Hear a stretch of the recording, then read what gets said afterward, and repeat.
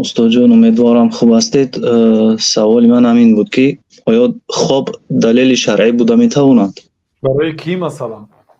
برای پیغمبرها بله، وحی از طریق خواب می آمد. بنابراین پیغمبر صلی الله علیه وسلم گفتن که خوابی صالح ها و خواب خوب از 46 یک جزئی پیغمبری است گفتن. اما برای ما و شما نه. مثلا در خواب دیدید که گفته شده است که برای شما فلان عمل واجب نه، چیزی که شریعت واجب کرده است به شما گفته میشد، کسی میگوید که به شما واجب نه، شخصا برای شما اجازت است که همین فرضا را اجرا نکنید، یا فلان نمودی کارهایی که الله تعالی در قرآن حرام کرده است برای شما اجازت است مثلا. گفت این دلیل نمیشه، بلکه او خواب شیطانی است. به بعضی آدم‌های عابدی ساده جنها در صورت یک گویا فرشته باشد، گویا در صورت الله تعالی باشد، به نظرشان می نمودن یک چیزی سفیدی در نصف شب در آسمان می دیدن.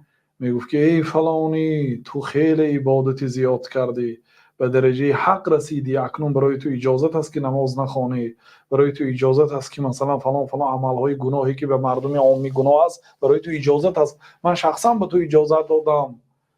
گفته بعضی آدمای بی سواد شیطان فریب میکرد، بعد اونا میگفتن که من به الله تعالی خودش اجازت داده است.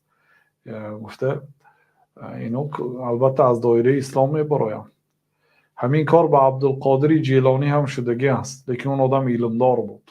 وقتی که یه سفیدی در آسمان پیدا میشد و میگفت که من پروردگاری توی عبدالقادر، میگفت بعد میگفت که انت الله الذی لا اله الا هو، تو همون اللهی که غیری او دیگه معبودی بر حق نیست و نابود میشه، چون که برداشت این کلمه نداره، این توحید است. بنابراین بعضی عامی ها آدمای بی سواد فریب میتید شیطان. من هم یک سال 2003 یک آدم دیدم در دوشنبه، زبان عربی کمتر میخوند است.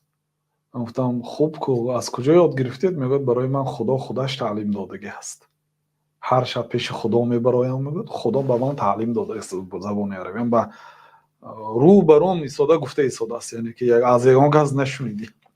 میخوام آدم دیدم که میگه که من با خدا تعلیم داده است، خودش. این گپای دروغ است. البته اینجا جین میگه من خدا، میگه این باور میکنه.